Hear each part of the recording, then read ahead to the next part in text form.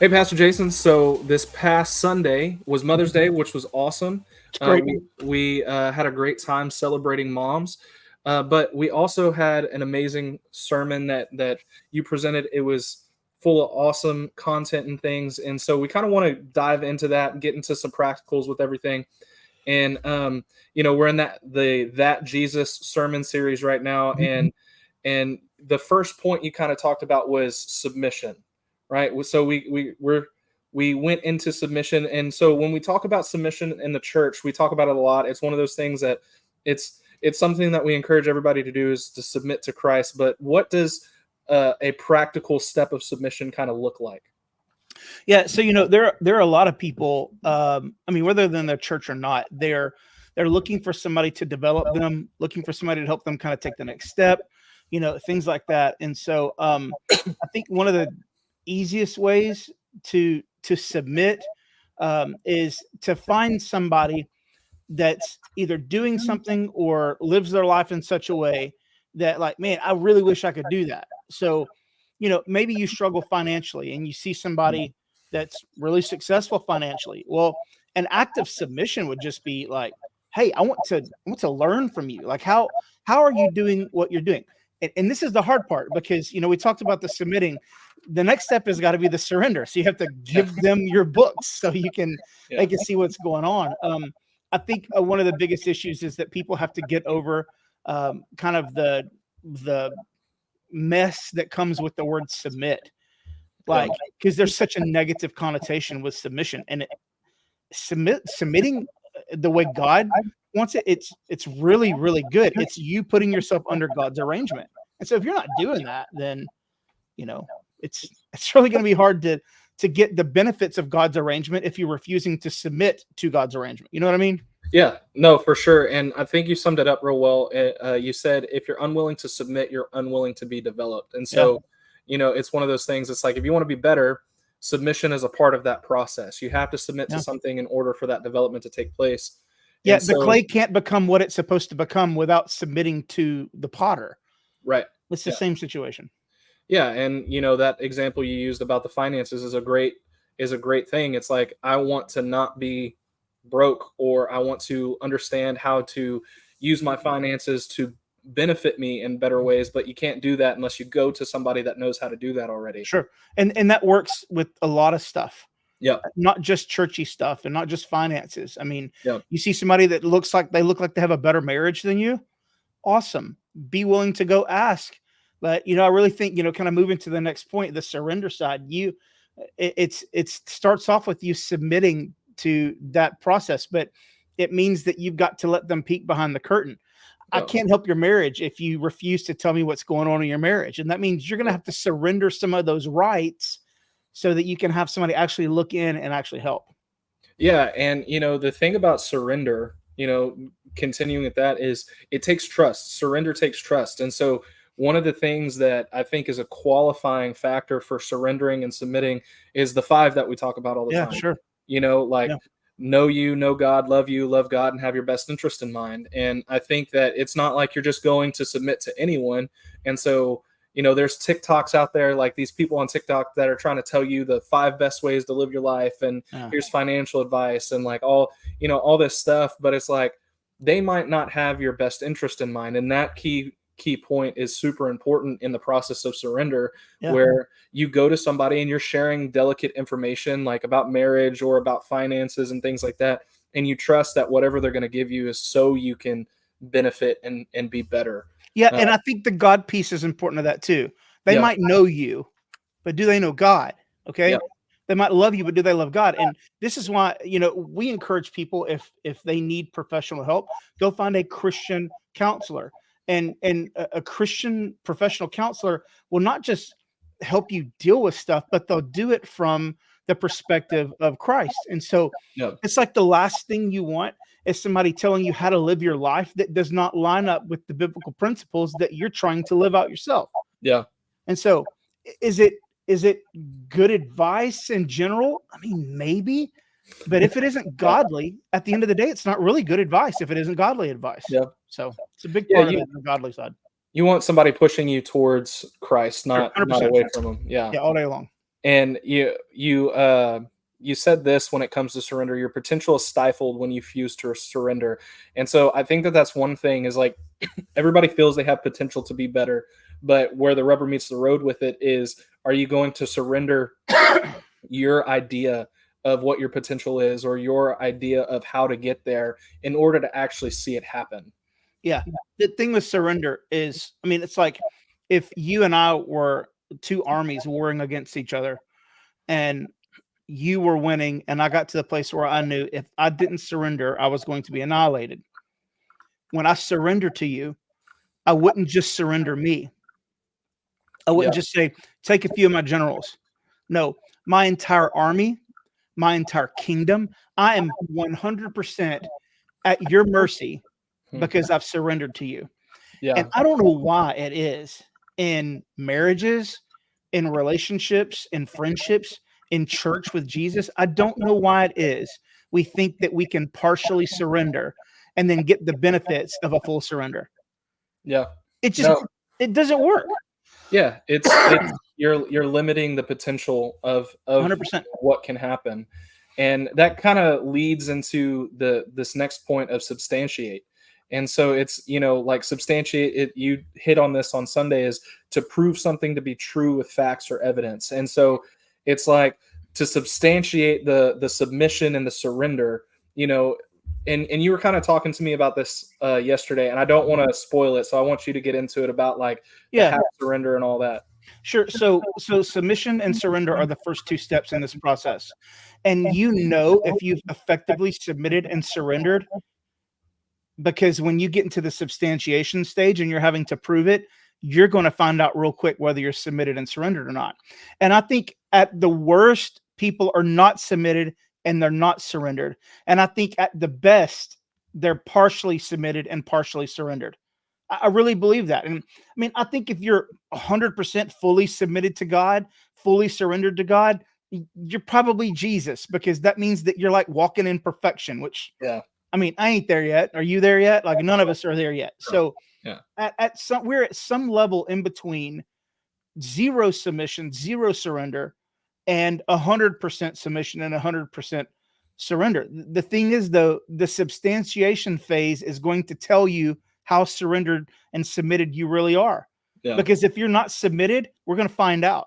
The tests and the trials that come at you are going to let everyone know if you're submitted or not. Same thing with surrender. And the problem is that we think we can get to effective service without submitting and without surrendering. Hmm. But substantiation, the proving, the testing of your faith, the testing of your commitment, the testing of your resolve, that's going to determine whether or not you can actually move into the service phase. I mean, think of Yeah. it like marriage. It's like, do you think that you can have adequate service to your family, okay, as a father, if you're not submitted and you're not surrendered? Yeah. Forget it. Forget it. You might think you can serve your family, but you will never serve your family the way God intended you to if you refuse to submit, you refuse to surrender, and the substantiation phase is going to prove it. Yeah, no, for sure. And you kind of went into this on Sunday about how um, God kind of ordained the family for the wife to submit to the husband, the kids to the parents, and the husband to God. And Yeah. if any of those is out of order, it doesn't work. Yeah. And so it's one of those things that substantiation phase. One of the things that makes it so great is the people around you. If they know you, know God, love you, love God, and have your best interests in mind, they're not going to let you do something to not substantiate what you're trying to do. Yeah, They're for going to sure. push you towards it. And it's like, because I know you so well, it's like if I ever saw you doing anything that I thought violated your relationship with your spouse, I'd be like, bruh, what the heck are you thinking right now? Yeah. In fact, we have even at times talked to each other, Brandon, Edgar, and Matt included in all this. Like, hey, I know I have a specific weakness in this area, or I see this might be an issue. Yep. Like, help us stay true in this area. Like, kind of almost like run guard for us so that we're not, bamboozled by some temptation somewhere. Yeah. So we do that with each other. But, I told a guy one time, the first time I went to Africa, I was talking with a guy, and he was he would go to work at like 5 a.m. He wouldn't get home till 10 o'clock at night. And I'm like, bro, like, you got a wife and kids. Like, what you doing, fam? You know? And he says, they understand. And I said, no, they don't understand. And I was like, if you are nothing with God, you can be nothing to your wife. If you're nothing to your wife, you can be nothing to your kids. And if you're nothing to your family, you can't be anything to anybody else. Yeah. There is a specific order. And like I said on Sunday, it's a whole lot easier for us to submit to Christ, like God tells us to as men, than it is for women to submit to husbands, because we are flawed. Jesus is not. We know what we're getting with Jesus. Our wives don't always know what they're getting with us.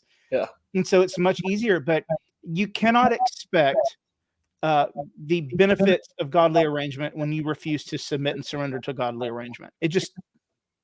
It's like planting corn and expecting to eat apples in a few months. It's just ridiculous. It's not going to happen. Yeah, no, that's good. It's like the difference between tolerating something versus actually loving something. Like there's a difference in motivation. There's a difference in what you allow. You know, if I tolerate something, it's like that can only go so far before it breaks me. Sure. If I love something and I'm doing right in that situation, then it's like there's an endless amount of what I'm willing to give to that situation. Yeah, for sure. And, you know, I think at the end of the day, we can talk all day long about relationships and spouses and all that kind of stuff. But if we are not submitted to God, if we're not surrendered to him, like I said, the substantiation phase is going to prove that you should really ask yourself, what's keeping you from being completely submitted to the Lord? Like, what is it? What reason would there be to not submit to him? It's like, okay, so we're going to trust him with eternity, you know, confess you, Lord Jesus, let me go to heaven, but we're not going to submit to him as he works like literal hell out of us and heaven into us. We're not going to submit to that process. Yeah. So it's like, you know, the Bible goes through a lot of stuff talking about your behavior, the way you think, your thought processes. You know, don't be conformed to this world, be transformed by the renewing of your mind. And so, you know, Paul has given us a very clear understanding that, like, look, your behavior is directly linked to what you think and believe, and so you need to change what you're thinking so that you can change your actions. And there's all these other phrases like work out your own salvation with fear and trembling, which we've talked about in this series. And these are some pretty scary things, but at the end of the day, do you really think that trusting Jesus with eternity is all? That's all the submitting you have to do? That's all the surrendering? Yeah. Bro, he tells you, get your flesh and go nail it to that cross, bro, and follow me. Yeah. I mean, bro, that Jesus can be kind of aggressive when it comes to you dealing with stuff. And so we have to get away from this mindset in Christianity that Jesus' love is all that matters. And, oh, he loves me. And so he accepts me, and he accepts my sin. He accepts my lifestyle. Bruh, don't even for a second. And if you want any evidence and proof of that, Jesus called Peter Satan. Yeah. At one point. Yeah. You know what I mean? So it's like there is a full expectation that you are going to submit to him, that you are going to surrender your life. Okay, now, Tony, I feel like I need to just take a second and explain just 60 seconds here about the surrender part of it. That means everything. That doesn't just mean you submit your Sunday mornings to him, or, you know, you say a little prayer at bedtime with the kids because, you know, Jesus would like this. No, everything. You submit your thought processes. So when you wake up in the morning and you're stressed about money, you don't go, oh God, what do I do? I need to work more hours, or I need to get a second job. No, what you do is you stop in that moment and say, Jesus, you know what's going on in my brain right now. You know I'm stressing about this, but I'm submitted to you. I'm surrendered to you. I'm giving you everything right now in this moment. This is the posture that we have to take. You know, I saw a TikTok yesterday of a guy, and it's this guy who walks up and asks if he's really hungry. Can you give me something to eat? And you may have seen this guy before. And he's like, yeah. And so, well, he walks up to this guy who's from like Ghana or something like that. And he was going to give him like the last coins that he had. And the guy was like, oh, no, I can't take your last coins. And he put his hand up. He says, don't worry. I'll be taken care of. My sustenance doesn't come from me. And it's like, this guy didn't have any money. He was actually homeless. It was real on that. And he couldn't pay his tuition for school. Yet still, come on, he still was putting his trust in the Lord to help him. And it's like, that gives us goosebumps. It makes us think, wow, what a guy. We've got to do this, because that's what true submission and true surrendering looks like. Surrendering is not giving to Jesus the things you want him to have. It's giving Jesus everything. It's giving him a relationship. It's giving him your business that you think for some reason that you have control over. It's about giving him your relationship with your kids. When your 6-year-old just wants to throw fits and scream and apparently loves getting spanked or something. I don't know what's going on with this kid, but like, you have to give Jesus all of that, because if you don't, it just means that there's something inside of you that refuses to surrender. What is it? Is it that you need to control it? Is it because you feel like God hasn't shown up for you in the past, that, well, I'm going to have to take care of myself? Or did you think, I'm gotten myself into this situation, I'm going to get myself out of this situation? How's that working out, fam? At the end of the day, submission and surrender, it's not about what you submit and what you surrender. It's about doing it all in. I mean, I'm sure Alexis doesn't want to have a relationship with you, Tony, where you give her 50%. Oh, yeah, without a doubt. She wants 100%, and you expect 100%. Yeah. Why is Jesus any different? Submission and surrender, it's all or nothing. Yeah, and that's a good segue into, service, because without those three, you won't really, it's hard to identify what God built you for, because you're serving so many other masters, so to speak, without submitting to God, who crafted you, who created you, who put all the desires in you for his kingdom. And so you can't block out the noise and find where you're supposed to serve without doing those three first. Yeah, and bro, there's another side of it too. There's the delight side. Yeah. Because it's like, I've found this: the more submitted and surrendered I am to God, the more delight I find in my service. Okay? Because if you're unsubmitted and you're unsurrendered, service is going to be a duty and not a delight. It's going to be something you have to do instead of something you get to do.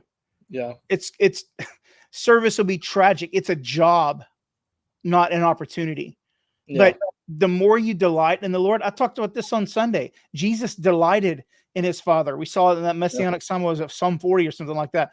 And then we saw Mary, the same thing in Luke chapter 2. This beautiful song that comes out of her, the Magnificat, in that chapter, where she's praising and giving glory to God, even though it's not going to be easy, man. The road that she's about to walk is not going to be easy. But her service to the Lord was a delight to her. Jesus' service was a delight because he was fully submitted and fully surrendered. Yeah. So the more you do that, the better the service is going to be. And like, bro, take this with your family. Yeah. Sometimes family, it can seem more like a job sometimes. Yeah. Okay. So here's something you can try.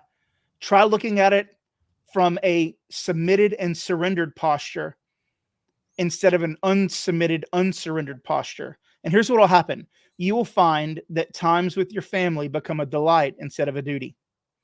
Yeah. And it's one of those things where I always know that I'm not submitted somewhere, or there's something out of alignment in my relationship with God whenever I start asking, who's going to take care of me? Mm-hmm.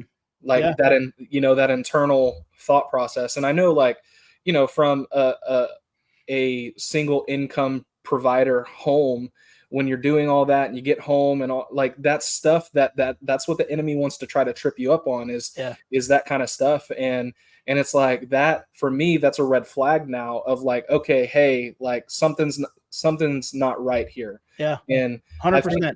I think with a lot of people, like you talked about it on Sunday, where, Jesus looks at John and says, hey, John, here's your mother, Mary, here's your son. And outside of, that moment where they're in Nazareth and Mary's trying to get Jesus to stop preaching, and he's like, who's my mother and my brother? Yeah. It's also a grander gesture of him showing us, like, when you surrender to me, when you have a relationship with me, no matter what the need is, I'm going to take care of it. Like, I'm going to take care of it. And in that moment, John, the mom, and Mary, the son, and so he took care of it. And so we just need to remember that as we're submitting, as we're surrendering, as we're, substantiating, and we're in our service, like, as long as that's our focus, Christ is going to take care of all of it.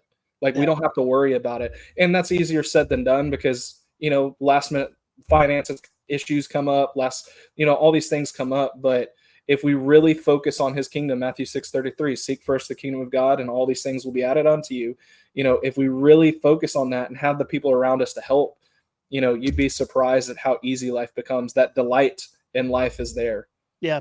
I wonder how much better your life would be, how much less anxious your life would be if you took all of the energy that you've been using to not submit and not surrender. And instead, you just decided, I'm going to trust Jesus. I'm going to submit to him. I'm going to surrender. And then watch how he works things out.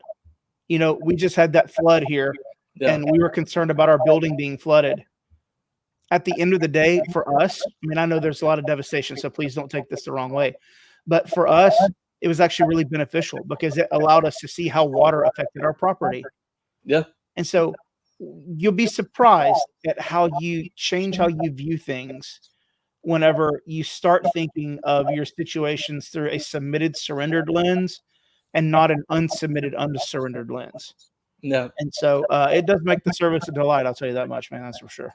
Yeah. You get to see how he's working it together for your good instead of the, destruction you might be perceiving. And at the end of the day, it's all in his hands anyway. Yeah. It's all on him anyway. It's on him. It's on him, Yeah. Yeah.